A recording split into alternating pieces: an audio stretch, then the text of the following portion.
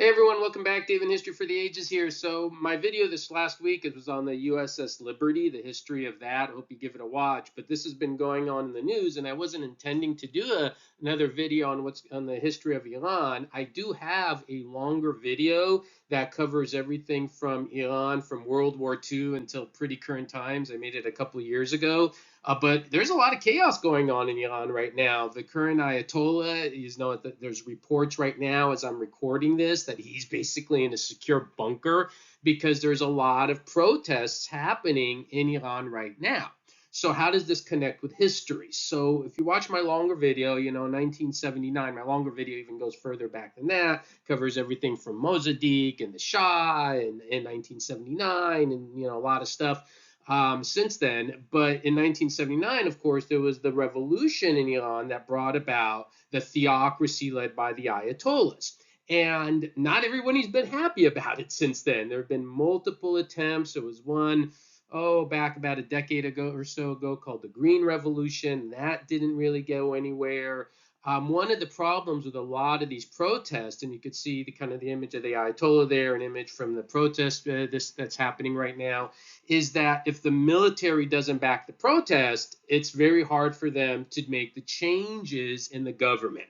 What's triggering this current one is a lot of it economic things. There's been, massive inflation and other economic problems throughout the area of Iran, and people are getting fed up with it. And of course, there's always been like the underlining social tensions, especially the treatment of women and so forth. And so there are demonstrations. They're starting to spread in different parts of Iran. I've seen this story before, and I'm always one that's kind of hesitant to say this time everything's going to be different and this time it's going to succeed because these things have happened the other before and they've not succeeded. The other thing that I think is important to note, even if there is a successful revolution, it doesn't guarantee what comes next is going to be, everything's going to go smoothly, right? One of the things we know is that when you have these various kind of coups and protests, it could lead to a better government. It can lead to an equally chaotic government. And if you watch my longer lecture, things were not perfect under the Shah, right? The Shah of Iran was not a perfect man. I cover that in my longer detailed lectures.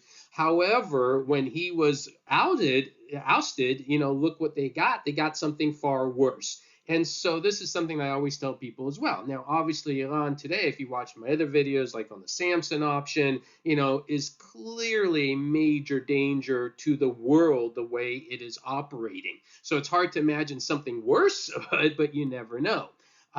This is a nation that has regularly funded terrorism, regularly supported creating chaos, not just in the Middle East, but around the globe. And so there are a lot of people watching this. We'll see where this goes.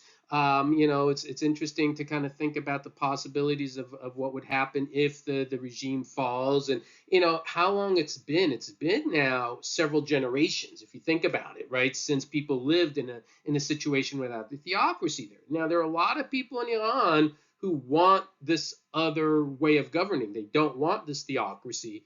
But even if the Ayatollah falls, there's a lot of people there who still support it.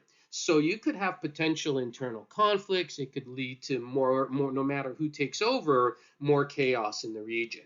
But that's what's going on now. Obviously, I encourage you to watch my longer video that really covers the history of Iran. I always tell students you can't understand the current events today if you don't know the history. That's what my channel is all about. So give it a watch. I'll leave the link here to my longer one. It's a little older, like I said, so maybe the lighting isn't good and stuff, but it's still pretty full of great detailed information that I think is very prevalent to understanding the situation today.